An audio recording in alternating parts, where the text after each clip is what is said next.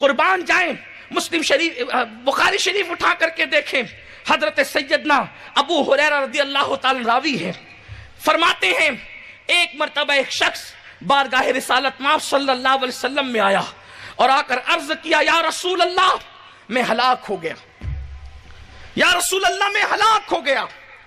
آقا کریم نے فرمایا کیا ہوا؟ حدیث پاک کا مفہوم ہے، اس نے کہا کہ میں نے ماہ رمضان المبارک میں یعنی رمضان شریف کے روزے کی حالت میں اپنی بیوی کے ساتھ وظیفہ زوجیت ادا کر لیا۔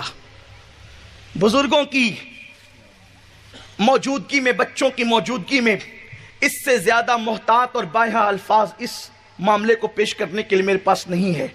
اگر اس سے زیادہ محتاط الفاظ ہو تو میرے بڑے میری رہنمائی کر دیں۔ انہوں نے کہا میں نے وظیفہ زوجیت ادا کیا۔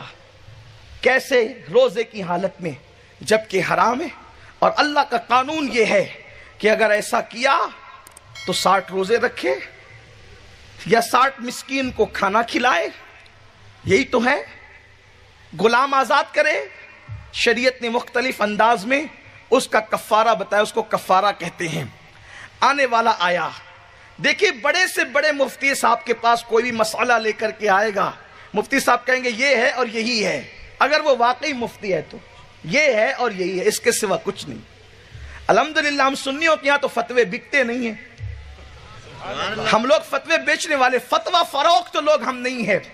اس لیے ہمارے یہاں جو بات برسوں سے کہی جا رہی ہے وہ بات آج بھی کہی جا رہی ہے، اور انشاءاللہ قیامت تک یہی بات کہی جائے گی۔ سبحان اللہ، سبحان اللہ۔ اس لیے کہ ہماری شریعت جو ہے وہ پارلیمنٹ کی میز پر بیٹھ کر تیار نہیں ہوئی ہے، شریعت مصطفیٰ جان رحمت نے عطا فرمائی ہے۔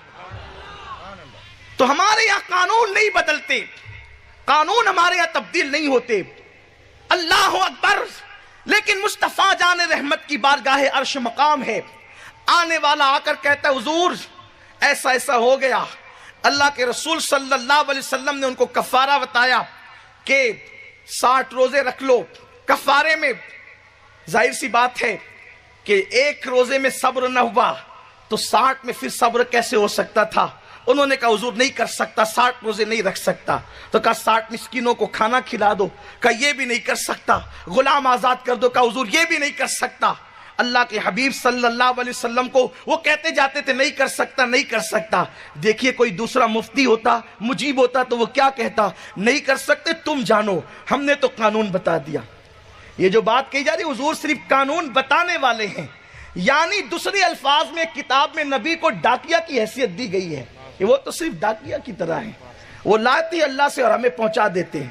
آپ بتائیں جس سے لاتے ہیں اور جس تک پہنچاتے ہیں ڈاکیا کی حیثیت کیا ہوتی ہے؟ لوگ نبی کو ڈاکیا کہتے ہیں، استغفر اللہ۔ اللہ تبارک و تعالیٰ لوگوں کو ہدایت عطا فرمائے۔ پھر لوگ ہم سے کہتے ہیں اختلاف کی بات نہ کیا کرو، لوگ تو خود اختلاف کے کانٹے بوتے ہیں، اگر ان کانٹوں کو ہم اٹھائیں تو ہم مجرم کیوں ہیں؟ ہم کیوں مجرم ہیں؟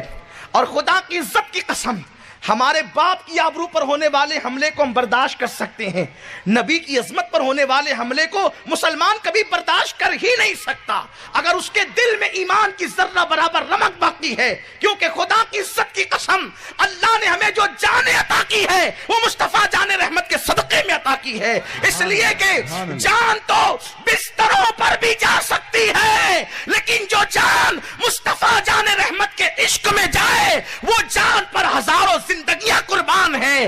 دل ہے وہ دل جو تیری یاد سے معمور رہا، سر ہے وہ سر جو تیرے قدموں پہ قربان گیا۔ نعرے تکبیر، نعرے رسالت یا رسول اللہ، نعرے رسالت یا رسول اللہ۔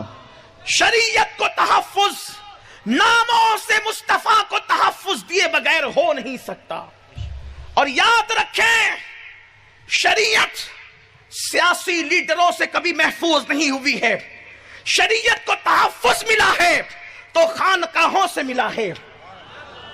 سیاسی اڈے ہمیشہ سیاست کے مخالف رہے ہیں، اکبر کا دربار دیکھ لو، مامون کا دربار دیکھ لو، یہ سارے جو دربار تھے جسے دنیا جلال الدین اکبر کہتے ہیں، لوگ اس کو اکبر دی گریٹ کہتے ہیں، وہ اپنے وقت کا بدترین ملحد جس نے دین الہی قائم کر کے شریعت کا مذاق اڑایا، لیکن جب سیاسی دربار سے شریعت کا مذاق اڑا تو خانقاہ سے سلسلہ قادریہ کا وہ عظیم بطل جلیل جسے دنیا شیخ عبدالحق محدث دہلوی کے نام سے جانتی ہے، وہ عاشق مدینہ کھڑا ہوا، اور سلسلہ نقشبندیہ جس پر قیامت تک ناز کرتی رہے گی، وہ فاروق اعظم کا شہزادہ شیخ احمد سرہندی مجدد الفسانی رحمت اللہ علیہ یہ کھڑے ہوتے ہیں اور شریعت کو تحفظ فراہم کرتے ہیں۔ لیکن جنہوں نے شریعت کو تحفظ دیا ان کا صاحب شریعت سے قلبی دل کا تعلق تھا، تبھی شریعت کو تحفظ نصیب ہوا۔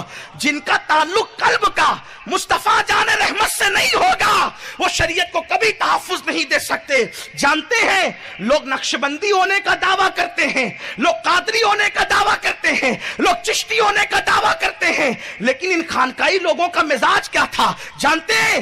شیخ عبدالشیخ مجدد الفسانی احمد فاروقی سرہندی کیا کہتے ہیں؟ اپنے مکتوبات میں فرماتے ہیں کہ اے اللہ میں تیری عبادت اس لیے کرتا ہوں کہ تو میرے محمد کا خدا ہے۔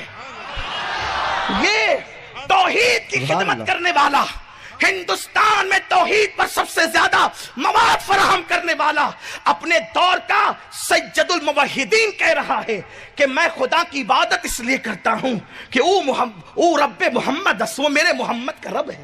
آپ توجہ تو فرمائیں، لیکن لوگ کیسی باتیں کرتے ہیں؟ دل سے تعلق مصطفیٰ توڑ کر شریعت۔ السلام علیکم ورحمۃ اللہ تعالی وبرکاتہ۔ نبی کے عاشق، نبی کے دیوانوں، اگر آپ نے شروع سے لے کر آخر تک پورے باتوں کو بغور سنا تو ہم کو زیادہ اس پر بولنے کی ضرورت نہیں ہے، کیونکہ میرے بھائی آپ نے شیر ہندوستان حضرت علامہ مولانا سید امین القادری صاحب کی زبانی آپ نے اگر پوری باتوں کو بغور سماعت کیا تو میں اس پر زیادہ تفصیلی گفتگو کرنا ہی نہیں چاہتا ہوں، کیونکہ آپ نے مجھ سے بڑے عالم، مجھ سے بڑے مفکر، آپ نے حضرت کی زبان سے آپ نے پوری باتوں کو اگر بغور سنا ہے تو ہم کو اس پر زیادہ کچھ بولنے کی ضرورت نہیں ہے۔ باقی میں آپ سے کہنا چاہتا ہوں کہ ایک اہم مسئلہ جو بالکل ہر انسان کو جاننا بہت زیادہ ضروری ہے، وہ مسئلہ یہ ہے کہ اگر آج کل جو ٹھنڈی کا موسم چل رہا ہے، ٹھنڈی کے موسم میں اگر کوئی مرد اور عورت اگر ہم بستری کرتا ہے تو ایسی حالت میں جو کپڑے ہوتے ہیں جیسے کمبل ہوتا ہے یا اور کوئی چیز ہوتا ہے جس جگہ پہ لگتا ہے تو وہ جگہ ناپاک ہوتا ہے۔ مثال کے طور پر یہ کپڑا ہے تو اس کپڑے کے اندر جتنا لگا ہے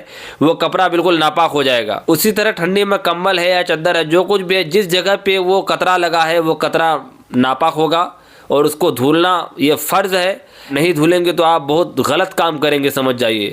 اس لیے میں آپ سے کہنا چاہتا ہوں کہ اگر آپ نے شروع سے لے کر آخر تک پوری باتوں کو سید صاحب کے بغور سنا ہے تو آپ کو پوری بات سمجھ میں آ گئی ہوگی۔ باقی میں آپ سے کہنا چاہتا ہوں کہ میرے بھائی اگر آپ میرے چینل پر پہلے مرتبہ آئے ہیں تو پلیز مہربانی کر کے ویڈیو کو لائک اور چینل کو سبسکرائب ضرور کر لیجئے گا، کیونکہ آپ کو اس چینل کے اندر دین اور دنیا سے ریلیٹڈ ہر ویڈیوز مل جائیں گے، اس لیے آپ اس چینل کو سبسکرائب ضرور کر لیجئے۔ اور میں آپ سے کہنا چاہتا ہوں کہ آپ ایسے لوگوں کو سبسکرائب مت کیجیے جو آپ کو دین کی بات نہ بتائیں۔ اگر آپ ایک مسلمان ہیں تو مسلمان بن کے رہیے میرے بھائی، یہ زندگی سدا نہیں رہنی ہے۔ آج جوانی کل موت، پھر اس کے بعد کیا کرو، کیا منہ دکھاؤ گے کہ یا اللہ میں گانا دیتا تھا، یا اللہ میں نچنیوں کو فالو کرتا تھا، کیا کہو گے اس وقت؟